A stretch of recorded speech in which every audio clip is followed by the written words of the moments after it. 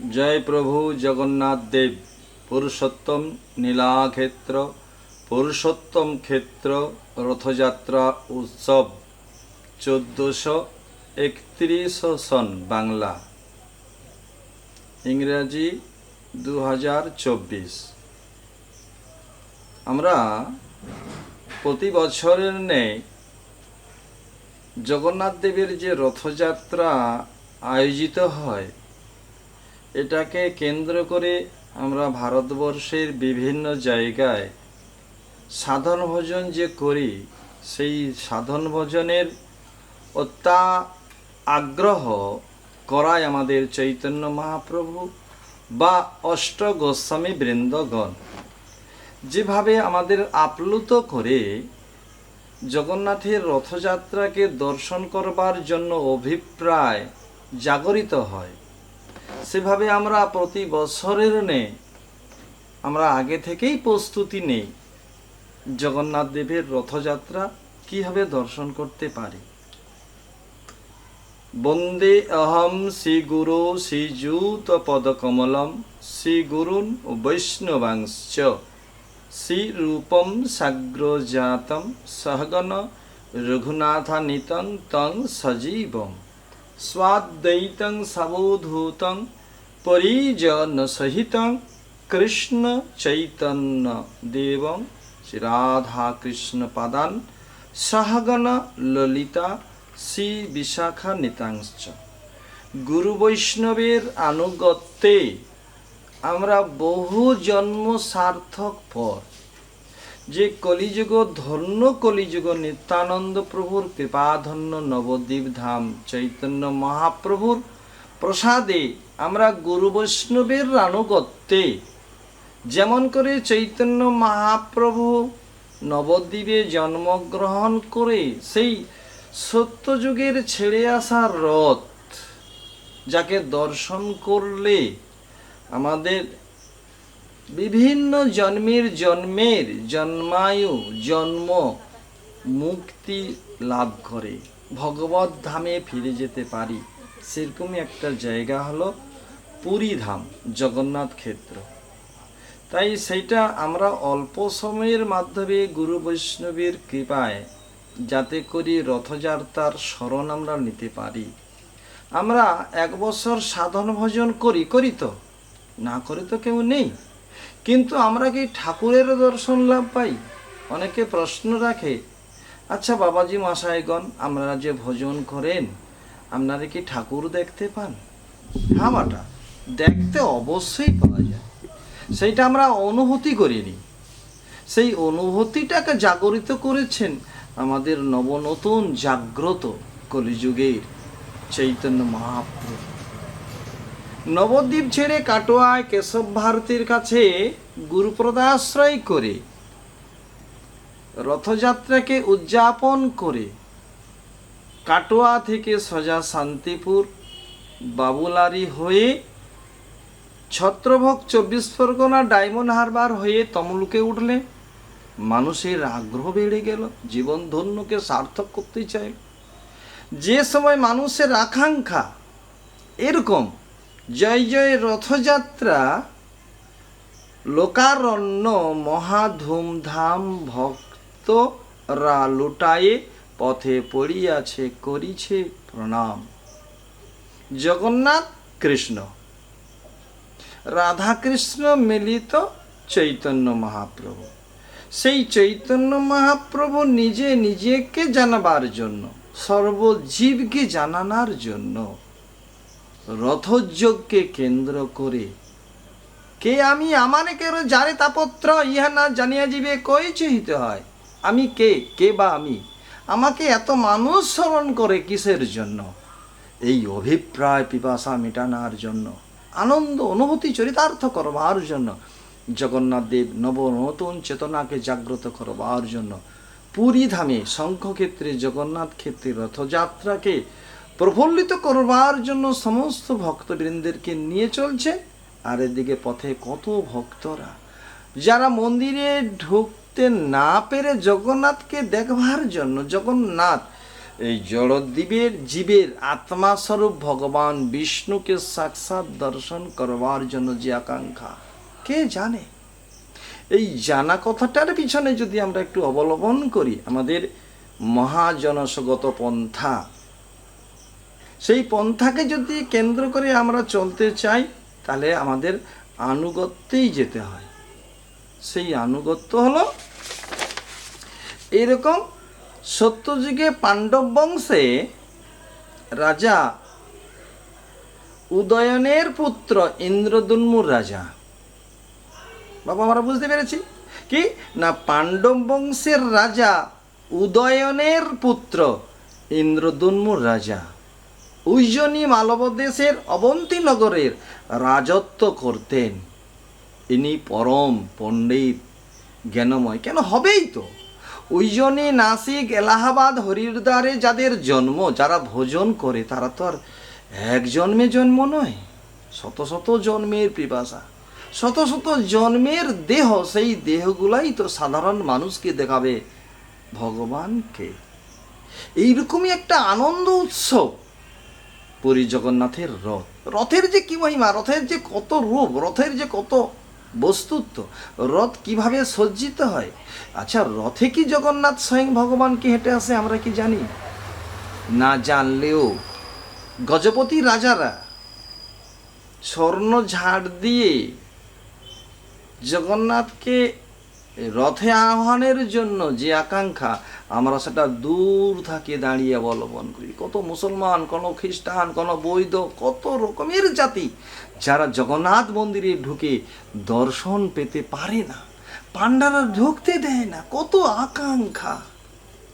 ভারতবর্ষে যেই না জন্মগ্রহণ করুন না কেন, ভারতবর্ষে যেই না আসো না কেন, ভারতবর্ষে যেই না প্রবেশ করুন, আসে যত রকমের মানুষ হোক না কেন, তাদেরকে নিষেধ করে দেয়, উঠতে না পারে যত। তো সেরকম এইরকমই জায়গা, সেই রকমই একটা জায়গা পুরী জগন্নাথ ক্ষেত্র। ঝাড় দেওয়া হলো প্রভু জগন্নাথ। প্রভু শব্দের অর্থ হলো জগন্নাথ, আর আমরা প্রভু শব্দের অর্থ জানি চৈতন্য মহাপ্রভু। সেই মহাপ্রভু জাগরিত চেতনা জগন্নাথকে যদি আহ্বান করে রথের দিকে না আসতো, আজও হয়তো আমরা জগন্নাথ দর্শন পেতাম না।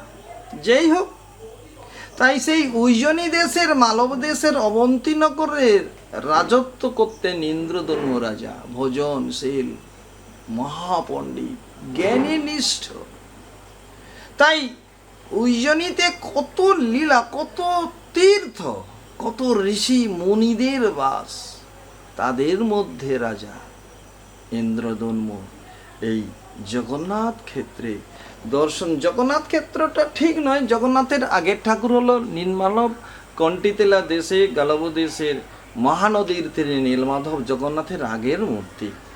কি হলো জানি না, ভগবান শ্রীকৃষ্ণ, সুভদ্রা, বলরাম দ্বারকার অন্তঃপুরে জগন্নাথ লীলা ঠুটো দেহ কলেবর লীলা করলেন। নারদমণি প্রকাশ ঘটালেন এই জগন্নাথকে। সেই জগন্নাথকে প্রকট করতে গিয়ে ইন্দ্রদম্ন রাজার নামটা এলো। তো ইন্দ্রদম্ন রাজার রাজত্বে ইন্দ্রদম্ন পরপর শুধু মন্দির স্থাপন করেছিলেন, আর চারপাশে যত রকমের আমরা আভরণ দেখছি, আমাদের যা যা দরকার, যেটা যেটা প্রয়োজন হয়, সেই সমস্তগুলোকে আবার স্থাপন করেছে। যেমন করে আমরা দু চারটা নাম না বললে মহিমা পাওয়া যায় না। এরকম যজাতি কেশরী, চৌড় গঙ্গদেবজি, অনঙ্গ ভীমদেব, এরকমই কয়েকজন।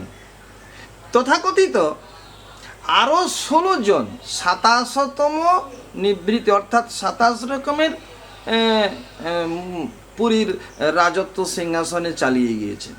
তার মধ্যে কত দৈসুরা মন্দিরকে ভগ্ন করেছে, কতবার জগন্নাথকে উদয়নারায়ণপুরে নিয়ে চলে যাওয়া আছে, উজ্জয়িনীতে নিয়ে চলে যাওয়া আছে, কত জায়গায় গোপন করে জগন্নাথকে রেখেও দেওয়া হয়েছে। জানি না জগন্নাথের কি লীলা। প্রতাপরুদ্র রাজার পর থেকে স্বতঃস্ফূর্ত ঠাকুর মন্দিরেই থেকেছে, সেই ঠাকুরকে আমরা রথে দেখি।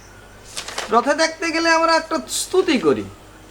সেই স্তুতিটা জগন্নাথ নীলাদ্রি শির মুকুট রত্ন হে। আমাদের হৃদয়ের মধ্যে যে হৃৎপিণ্ড আছে, মানুষের মনের মধ্যে, দেহের মধ্যে যে হৃৎপিণ্ড আছে, ফুসফুসের মতো চলছে, বন্ধ হচ্ছে, জাগরিত হচ্ছে, ঘুমাচ্ছে, ঘুমাচ্ছে, জাগছে। তো এইরকম একটা বস্তুর আত্মা কেন্দ্র বিরল হলো রত্ন সিংহাসন। আমি আমার দেহের মধ্যে ভগবান বিরাজ করছে, তাকে দেখতে পাই না, তাকে দেখবার জন্য উদ্বিগ্ন হলো রথ বিশেষ।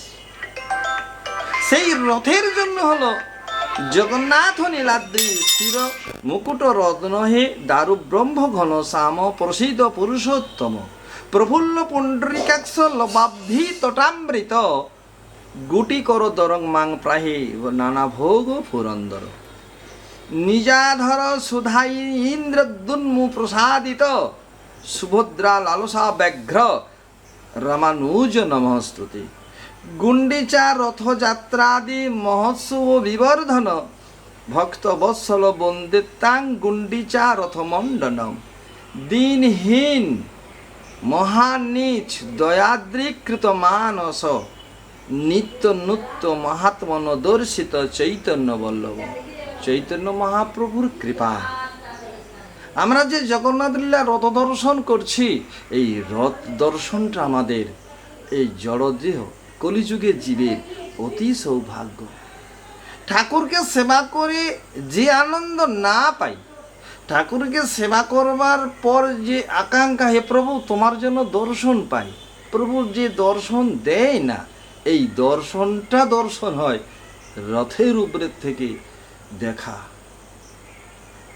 আমরা মানুষ চলতে পারি, জগন্নাথ কি চলতে পারে? জগন্নাথ চলে। জগন্নাথকে দেখবার জন্য কত মুসলমান সালবেগম কত মুসলমান সন্তান জগন্নাথকে দেখবার জন্য কত আকাঙ্ক্ষা এসে জগন্নাথকে দেখবার জন্য পুরীও এসেছিলেন, দর্শন পায়নি, চলেই গেছে বাড়ি। আবার পরের বছর আকাঙ্ক্ষা করে নিয়ে আস্তে আস্তে রথযাত্রা, রথ উঠেই গিয়েছে দূর থেকে সালবেগম, সেখান থেকে দূর থেকে জগন্নাথকে স্মরণ করছে। জগন্নাথ কি জানতে পেরেছে কত দূরে মুসলমান সন্তান ডাকছে? জানি, তার জন্য জগন্নাথ কি অপেক্ষা করে? ঠাকুর কোনোদিন অপেক্ষা করে না? রথ কারো তোরে দাঁড়িয়ে থাকে? রথ কি বস্তু ভাবুন।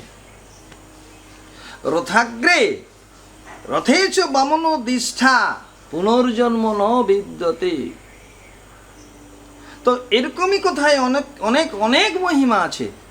রথ দর্শন তো জীবদেহে আত্মা যে জীবিত আছে তাকে সাক্ষাৎ রূপে, স্বচ্ছ রূপে, আয়নায় যেমন আমার মুখটা পরিষ্কার দেখতে পাই, রথের উপরে জগন্নাথকে দর্শন করা, আমার দেহের মধ্যে জীবিত যে আত্মা আছে, আত্মা, তাকে সাক্ষাৎ নিজে দেখা।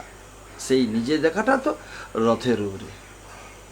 সেই রথের উপরে যে দেখা, সেই ঠাকুর কত বেদ, কত পুরাণ, কত ইতিহাস, ব্রহ্মপুরাণ, নারদ পুরাণ, স্কন্দস পুরাণ, উৎকলখণ্ড, কুর্ম পুরাণ, পদ্ম পুরাণ, ভবিষ্যৎ পুরাণ, মৎস্য পুরাণ, পুরুষোত্তম মহাত্ম খণ্ডে বলছেন, লক্ষ্মী প্রশ্ন করেছে শ্রীক্ষেত্র কাকে বলে? আমরা জানি শ্রী মানে সুন্দর, ক্ষেত্র মানে একটা জায়গা। হ্যাঁ, আমাদের গোস্বামীগণ বলেছে শ্রী শব্দের অর্থ স্বয়ং লক্ষ্মী দেবী ভগবত মহাপ্রভুকে খুঁজতে কত দূর ছুটেছে। আমরা যেমন সাধন ভজন করতে করতে কত দূর ছুটি, কত দূরে গেলে ভগবানের দর্শন পাবো। কোথাও ছুটতে হবে না, যে যার গৃহে গৃহে থেকে ভজন করো। যে কথাটা বলা আছে আমরা শুধু শুনি, কি কথা? বৃন্দাবনে যাইয়া না থাকিবে চিরকাল, গোবর্ধনের উপরে উঠিয়া না দেখিবে গোপাল। বৃন্দাবনে যাও, চিরদিন থেকে যেও না। যেখানে যার জন্ম হয়েছে সেই জায়গাটা বড় করে তোলো। গৃহস্থের ধর্ম নয় ব্রহ্মচারী হয়ে বহু দূর ছুটে যাওয়া। সন্ন্যাসীর ধর্ম নহে গৃহে এসে ভোজন করা। তো এই দুয়ের মধ্যে আমরা আমাদের আকাঙ্ক্ষাকে পরিপূর্ণ প্রাপ্তিরূপে পেতে চাইলে একবার যাও, পুরী যাও, শ্রীক্ষেত্রে যাও। শ্রী শব্দের অর্থ হলো স্বয়ং লক্ষ্মী দেবী, ক্ষেত্র মানে স্বয়ং রাধার রানীর ভোজনালয় বৃন্দাবন ধামের মহিমা শ্রীক্ষেত্র। সেই জগন্নাথকে কেন্দ্র করে স্বয়ং লক্ষ্মী দেবী প্রশ্ন রাখলেন, হে জগন্নাথ কেমন? হে নারায়ণবতী। নারায়ণ বললেন, পুরুষোত্তম ক্ষেত্র নামে যে ত্রিলোকে দুর্লভ, ত্রিলোক বলতে আমরা কি বুঝি? ত্রিলোক শব্দের অর্থ এই যে আমরা বসে আছি, উপরে আকাশ নিচে ধরিত্রী, এই যে ফাঁক, এই ফাঁকটাকে একটা মধ্য টাওয়ার বলে। উপরে একটা অংশ আছে, নিচে একটা অংশ আছে। এই মধ্যটার থেকে বিবরণ দেওয়া আছে, উপরে 1, এটা 2, নিচেরটা 3, স্বর্গ, এটা মর্ত, নিচে পাতাল। এই ত্রিলোকে মধ্যে সর্বশ্রেষ্ঠ হলো গুপ্ত বৃন্দাবন নবদ্বীপ ধাম, তাতে পুরুষোত্তম ক্ষেত্র পুরী, শঙ্খক্ষেত্র, চক্রক্ষেত্র, গদাক্ষেত্র, পদ্মক্ষেত্র। তার মধ্যে বিরাজ করছে ত্রিলোকের দুর্লভ মহাতীর্থ তথায় ভগবত কর্তৃক নির্মিত কেশব অর্চনা অধিষ্ঠিত আছেন। এটা কিরকম বোঝানো যায় না? আমরা জানি সারা ভারতবর্ষের মধ্যে মহাপ্রসাদটা হলো পুরীর প্রসাদ। রন্ধন করে কে? স্বয়ং জগন্নাথ। আমরা খেয়ে ঘুমিয়ে যাই, আমরা বিশ্রাম করি, আমাদের কত কাজ আছে যারা জানেন? জগন্নাথ দেবের কত কাজ। সারাদিন পরিশ্রম করে, সারাদিন খায়, রাত্রে না ঘুমিয়ে যারা ভোজন করে তাদেরকে দর্শন দেয়, আবার নিজে হাতে রন্ধন করে, নিজে আবার অসুস্থ হয়ে পড়ে 15 দিন, ব্রহ্মা বিষ্ণু মহেশ্বর কেউ দর্শন দেয় না। এই জন্য রথযাত্রাটা এত বড়। রথকে কেন্দ্র করে আমাদের বাংলাদেশের কত পণ্ডিত, কলকাতার কত পণ্ডিত বিবরণ দেন কিভাবে। রথ আত্মানং রথিতং বৃদ্ধি, কি সুন্দর পরিভাষা। যে ভাষাগুলোর কাছে গেলে রথই যেন আমার কাছে চলে আসে, আমি যেন রথে হয়ে গেছি।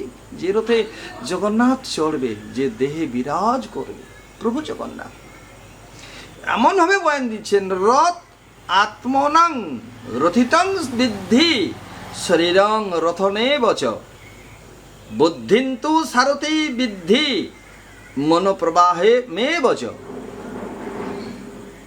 আমরা কিভাবে উপলব্ধ করি দেখছো তো? এই দেহ হচ্ছে একখানি রথ বিশেষ। দেখুন তাহলে জগন্নাথ কিরকমই রথে চড়েন। কেন জগন্নাথ হেঁটে আসবেননি? জগন্নাথকে তো কেউ কোলে করে আনতে পারেনি। জগন্নাথ নিজে হেঁটে এসে কত জীবকে দর্শন দেয়, তত জীব দেহে বিরাজ করবার জন্য প্রভুর ইচ্ছা, ভগবানের ইচ্ছা, আমাদের ইচ্ছা। তাই সেটাকে বলেছে এই দেহ একখানি রথ বিশেষ, আত্মা তাহারই রথি, বুদ্ধি সারথি ও মন ইন্দ্রিয় স্বরূপ। অশ্বের প্রবাহ, আমাদের দেহ মন হচ্ছে লাগাম, যে লাগাম দিয়ে রথ টানব, ভক্তি বিশ্বাস শ্রদ্ধায়। সেই কথা বলছে, প্রতিদিনান্ত তত্ত্বদৃষ্ঠা স্বয়ং দেবনাং নির্মিতা অনায়নে অবৈ জয়ন্তী বননং মে তথা নরাহ দলে চ দল গোবিন্দ পুনর্জন্ম ন বিদ্যতে বামনোদিষ্ঠা। রথের উপরে ভগবানকে দর্শন করাই আমাদের জীবনের ধন্য। আষাঢ় মাস শুক্লপক্ষ দ্বিতীয়া তিথি দর্শন করবেন। দর্শন করাটাই আমাদের জীবনের সার্থকতা। নিতাই গৌর প্রেমানন্দে। হরি বল, হরি বল, হরি বল, হরি বল।